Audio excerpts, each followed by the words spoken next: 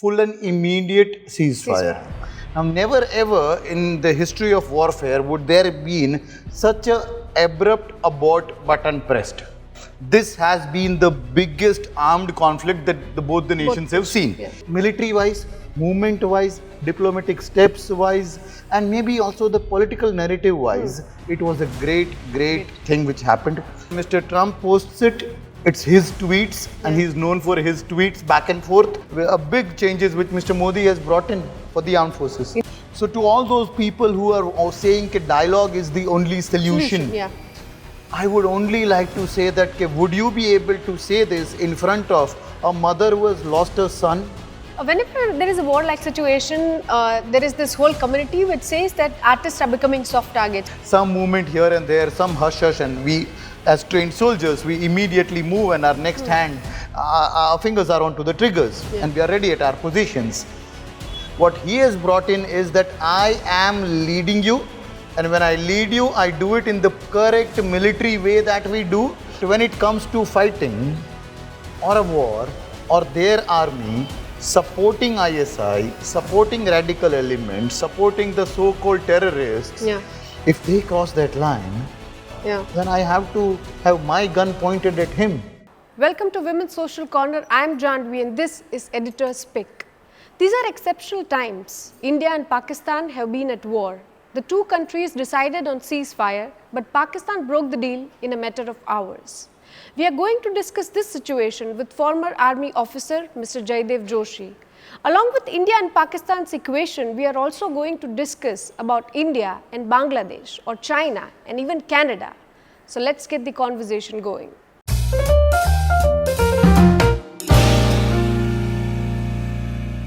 So welcome to the show. Thank you so much.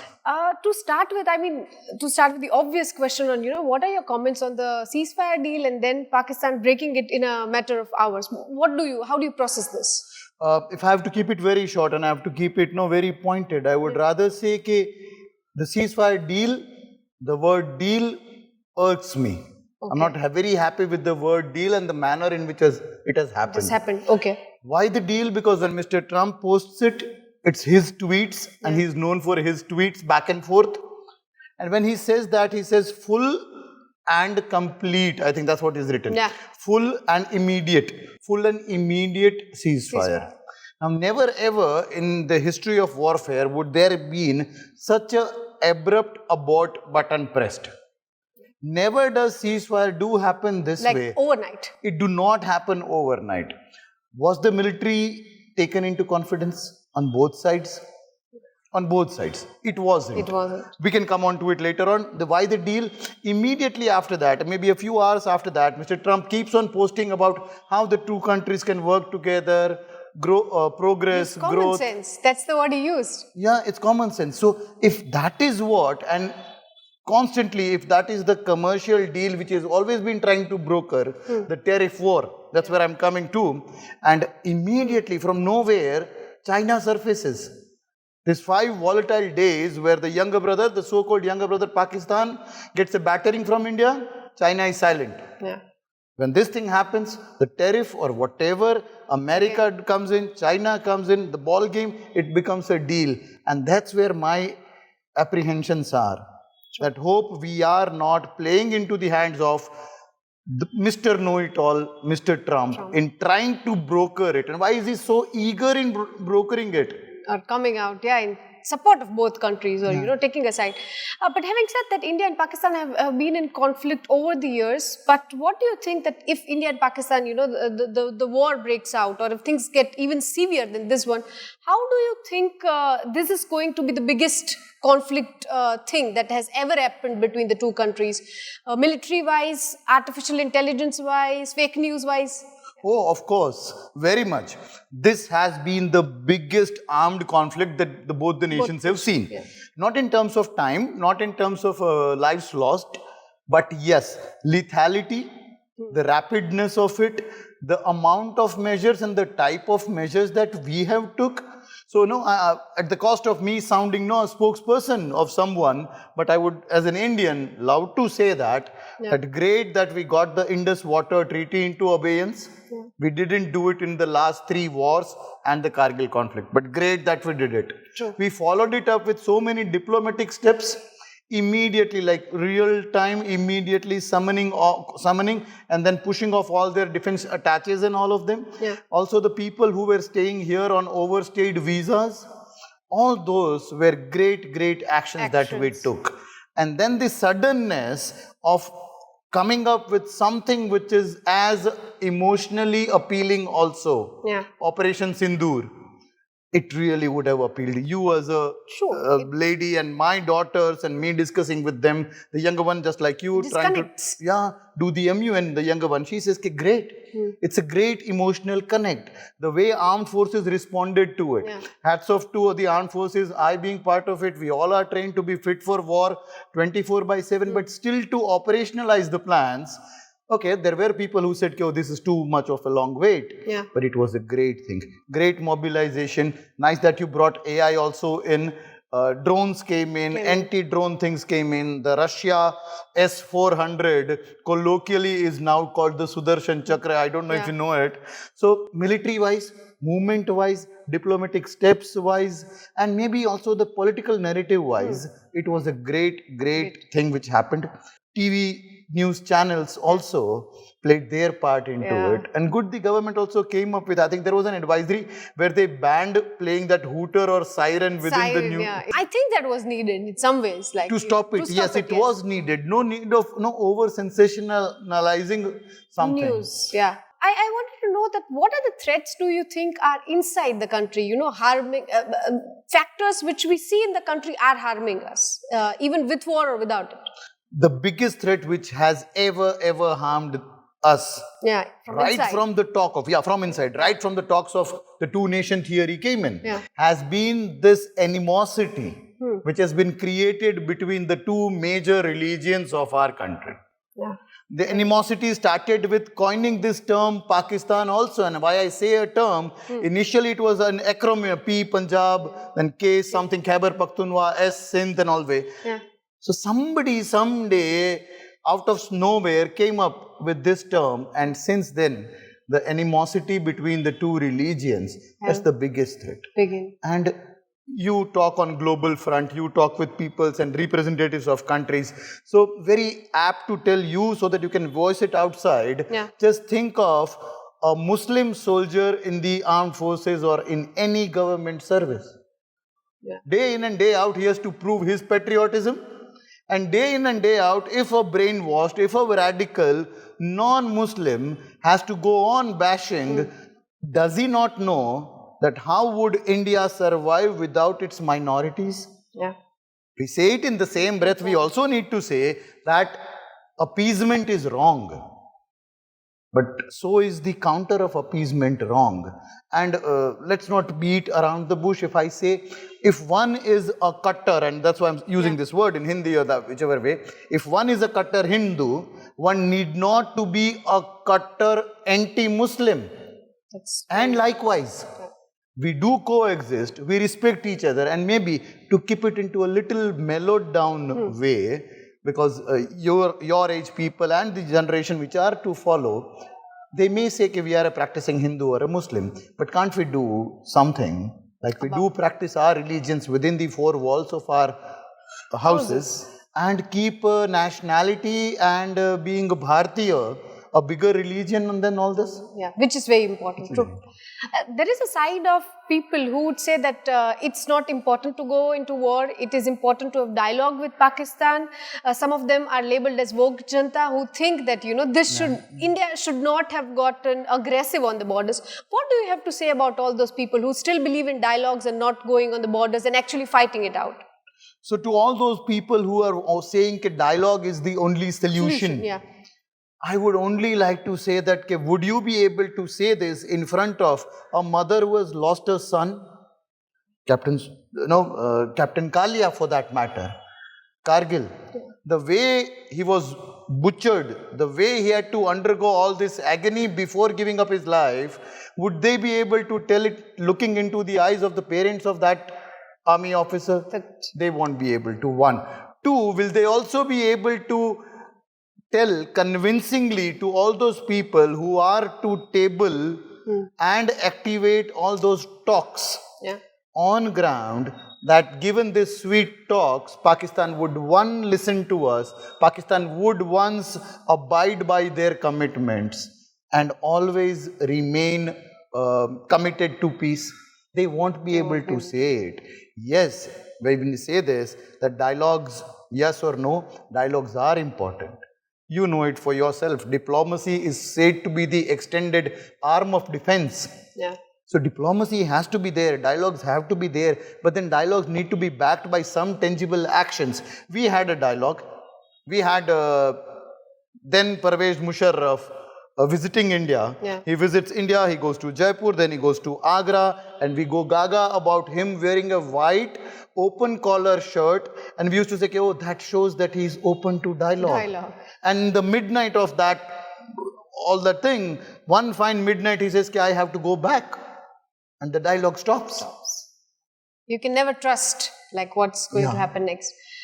So you have worked on the eastern borders, and that's what I wanted to ask you about your thoughts on China, because over the years, before the conflict between India and Pakistan, we have seen that the visa applications or approval that China is giving to Indians now, the Kailash Mansarovar Yatra has been resumed. Do you think there is a scope of improving the relations with China?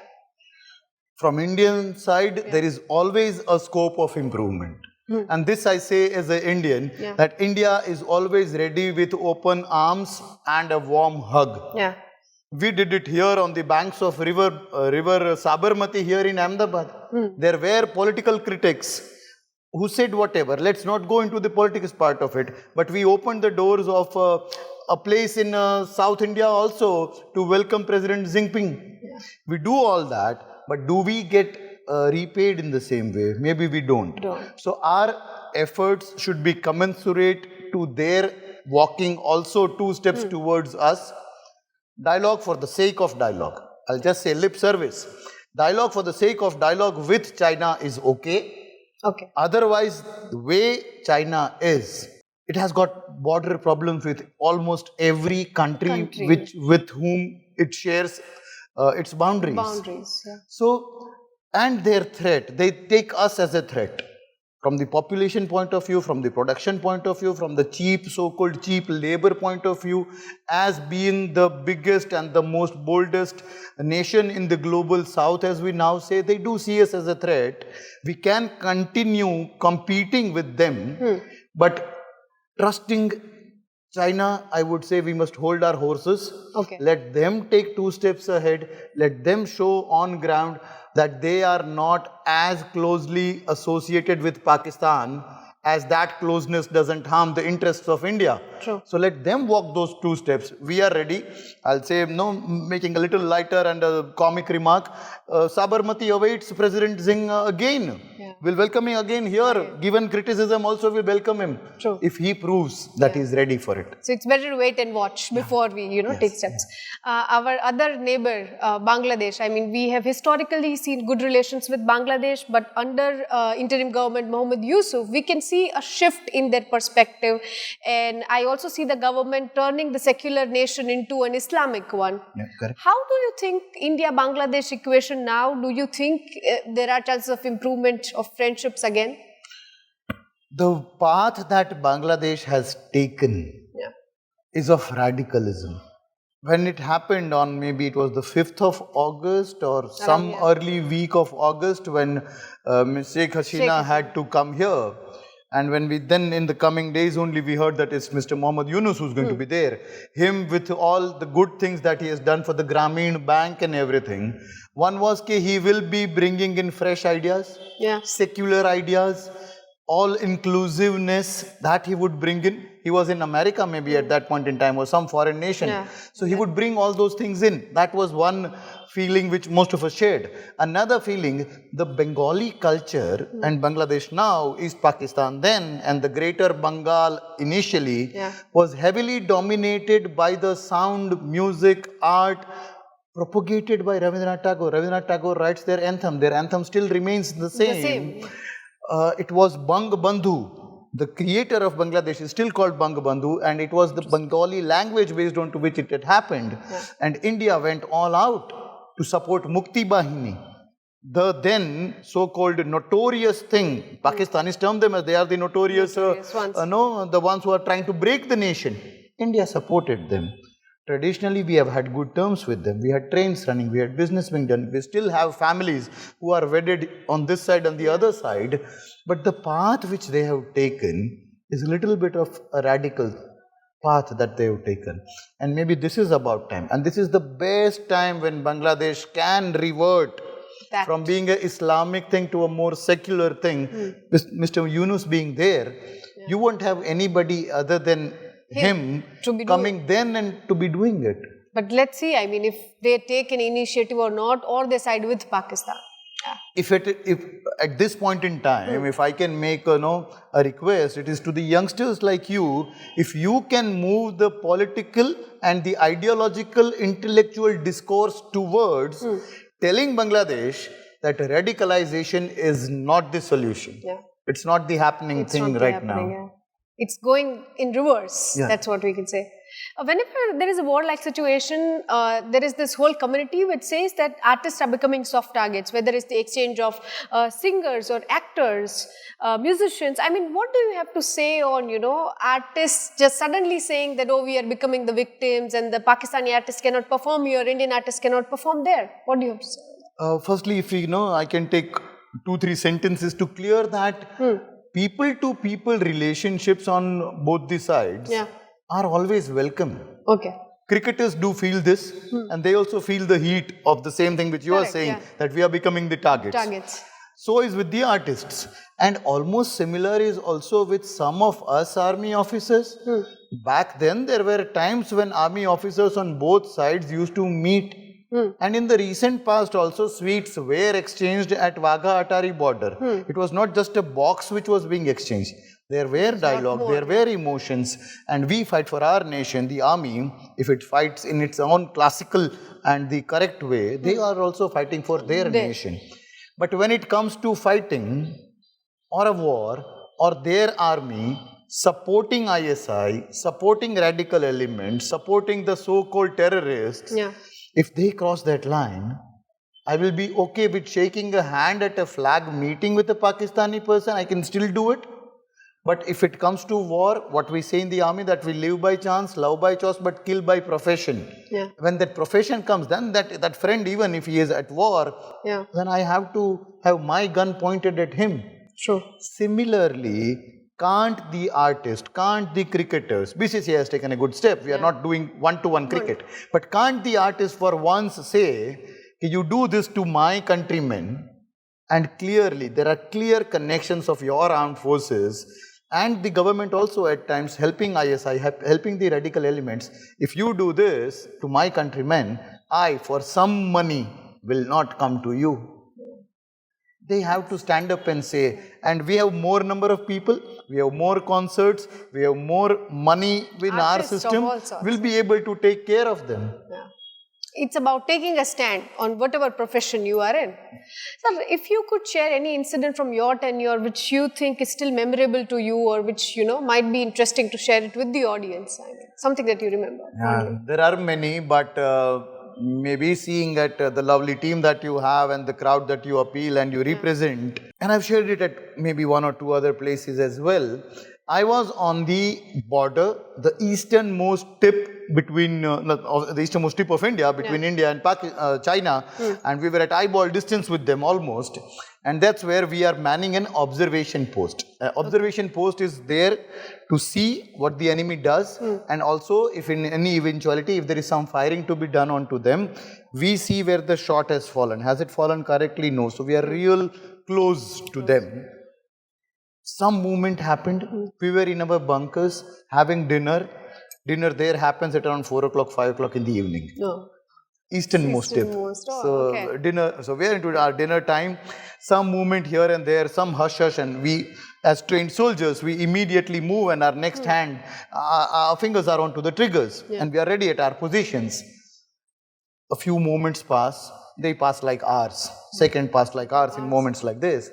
Immediately breaking our standard protocol, the youngest of the soldier, who would have been hardly in his early 21, early 20s or 21 something, he breaks our protocol sort of a thing and goes ahead and says, I'm leading and I'll be here and I'll let you know what's there.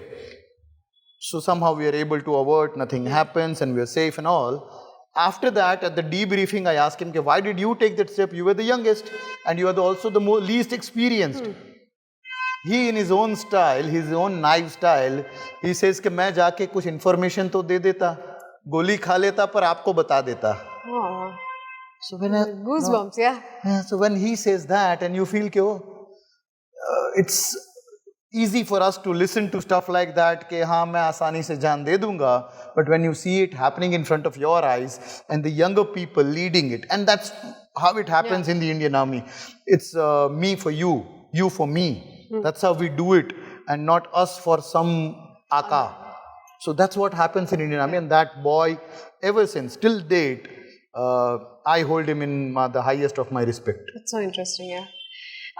So I want to understand from you that people like us cannot go to borders, but in our own capacity, what do you think even as civilians we can do to, in the interest of nation? It is not that we cannot go to the borders. There are places where we can go. Where we can interact. BSF, they are quite friendly. If you do some paperwork, take permission, you can certainly go and do it there. There was one initiative which I was part of, one nationalist NGO doing it. We gave it a name, Sarhad Ko Pranam. Okay. So what we did, youngsters from various states, they were called in, groups of 10s and 12s or 20s at max, and they were sent at the most distant border from where they come from. So somebody from Goa, let's say, was sent to the Bangladesh border. Okay. And somebody from Punjab was there on the Nepal border or somewhere. Yeah.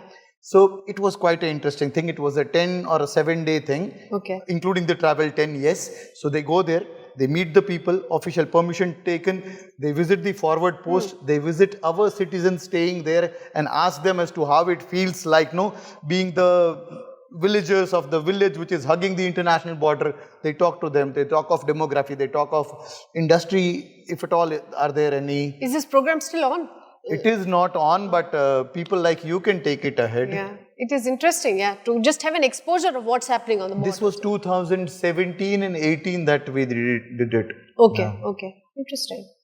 Up next, I want to know your views on Mr. Rajnath Singh. I mean, he's leading the security. What do you think is his working style? How is it different? What are the things you would note, about how he's taking decisions? That's a nice question, and any soldier or any ex-serviceman speaking of his Raksha Mantri, as we call him, RM Saab, Raksha Mantri Saab, it's a matter of pride. And the way he has handled our troops, it's great. It is almost during his tenure that many new things have happened.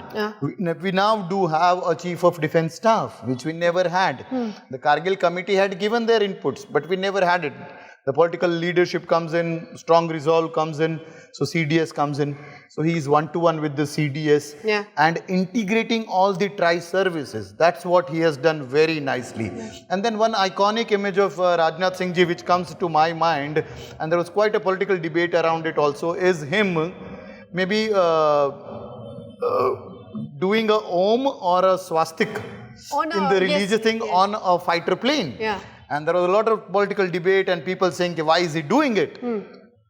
And then we, some ex-servicemen, we were able to say and convey through some channels and some media houses like you, that it is quite a done thing. It is done in the US also. In India also, we, before any firing, like I come from the regiment of artillery, we have got bigger guns. They fire 10, 12, 20, 40 kilometers. Before doing that, we do the gun position officer ka mandir sort of a puja there. Okay, it's a set practice. It is quite a set practice. And when I say the mandir puja, let not anybody think it's only done for the Hindus. based on the troops which are there in that particular regiment, are religious teachers officially posted there by the Indian Army. So in the Indian Army, in a regiment, you may have a Panditji, you may have a Maulviji if the troops are more from the Muslim religion. The Grenadiers regiment has it, to name one. You may have a father, a priest. You may have a Jnaniji also if the troops are Khalsa. Sikh. They are there, they do a lot of psychological counseling, they do all those things. And what we say, on every Tuesdays we meet at a Sarva Dharma Sthal. That place, almost you name a god, a deity, their image is there. Something is there. Everybody goes there. In family stations, even the ladies and the children do go there. We all pray. We keep our God, our deity in our minds. Everybody does it, but we all pray together. So that's one big iconic thing of Rajnath Singh ji which comes into mind.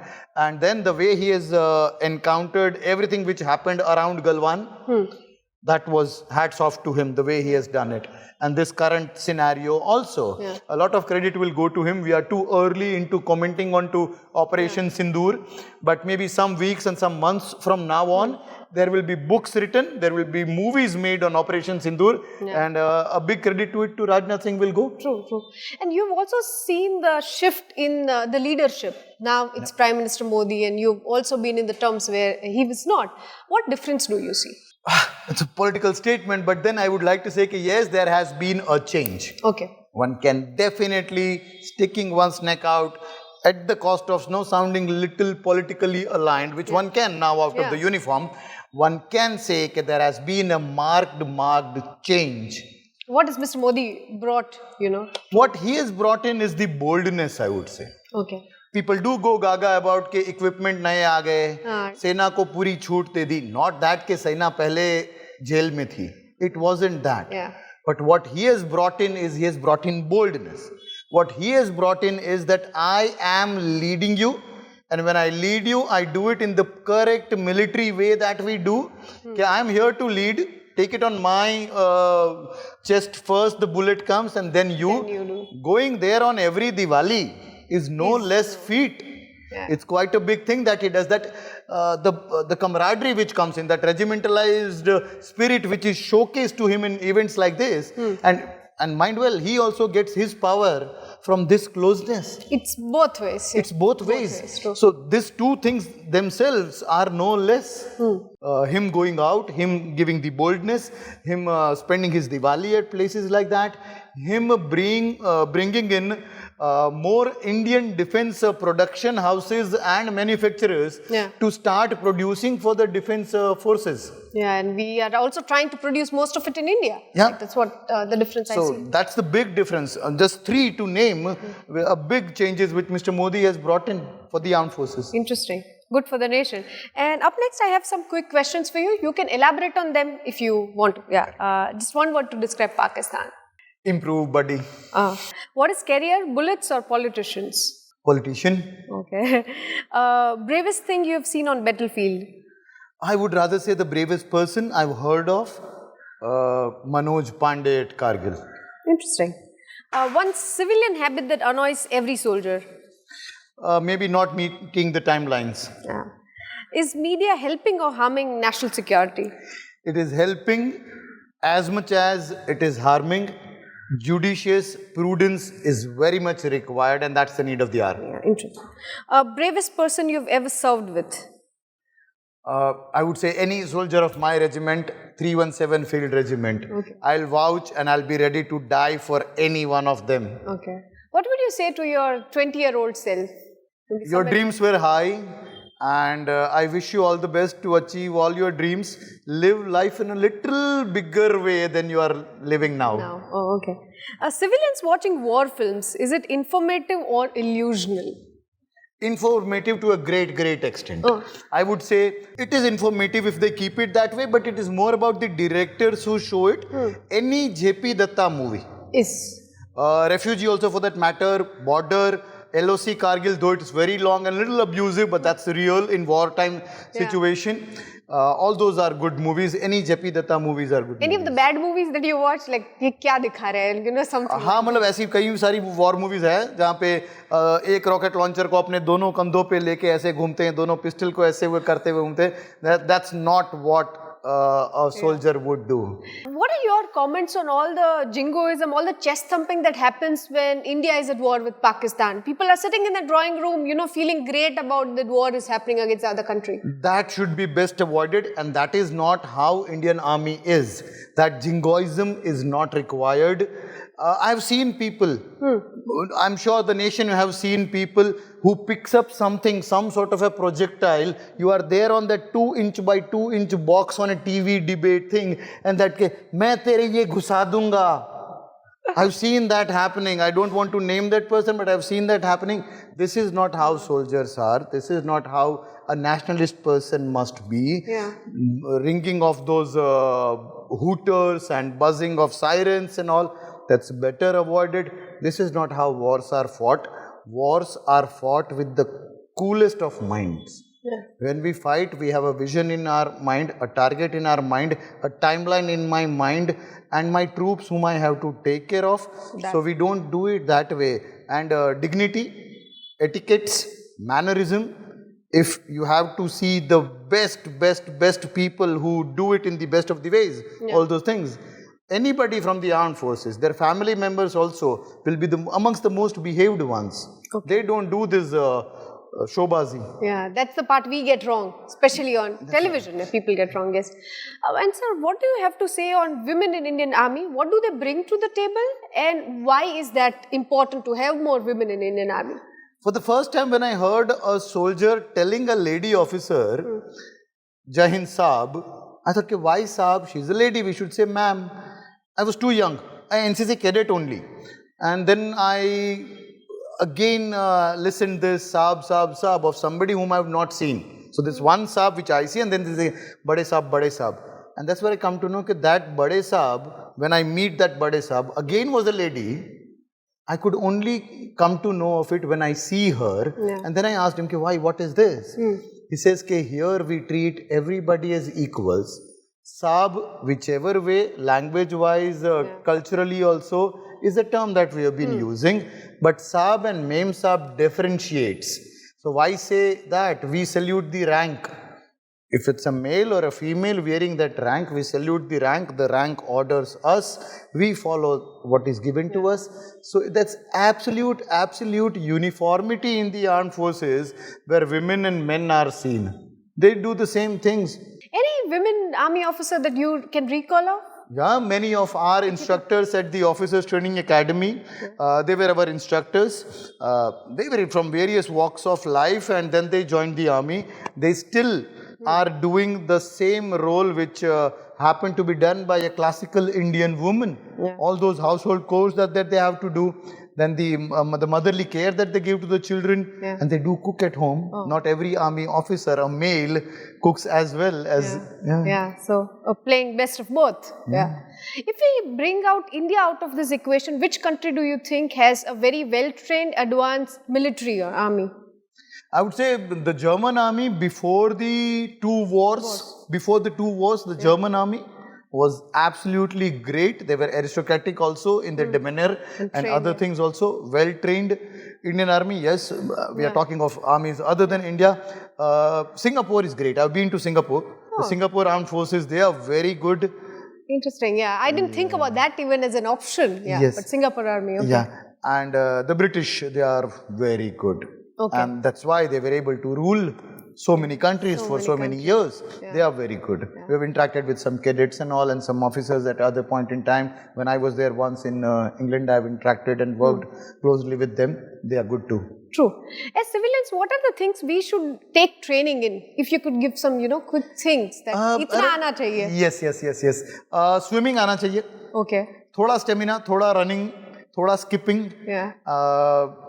And other than that, no matter what you do in your evenings and nights and stay long nights, 6 o'clock at the PT field, Now, be it now the gym, but 6 o'clock there, and drink lots of water. Okay. Water is very important. Water helps. We in desert and some areas like that where there's a lot of heat, we actually have water fall-ins where the entire battalion is called for with their water bottles together. In some time that is given to them, they have to finish up their water. So have lots of water for health, hygiene, beauty, everything. Everything, yeah. So thank you so much, sir. And is there anything that we missed out on you, which you think you need to add, or we are good to go? We are good to go. There's hardly anything that we have missed out. Yeah, some assignments which I have given to you, assignments in form of you through your audience and the people that you represent, the youngsters that you represent. If you can carry those messages across, do something on ground. Sarhad Ko Pranam is one. Connecting something with the youth of Bangladesh is something else which you can work on to, given your profile. Then you would, I think you will bring it up in the best of the ways. Thank you so much for sharing your insights, and for more such interviews, keep watching Women's Social Corner. Thank you.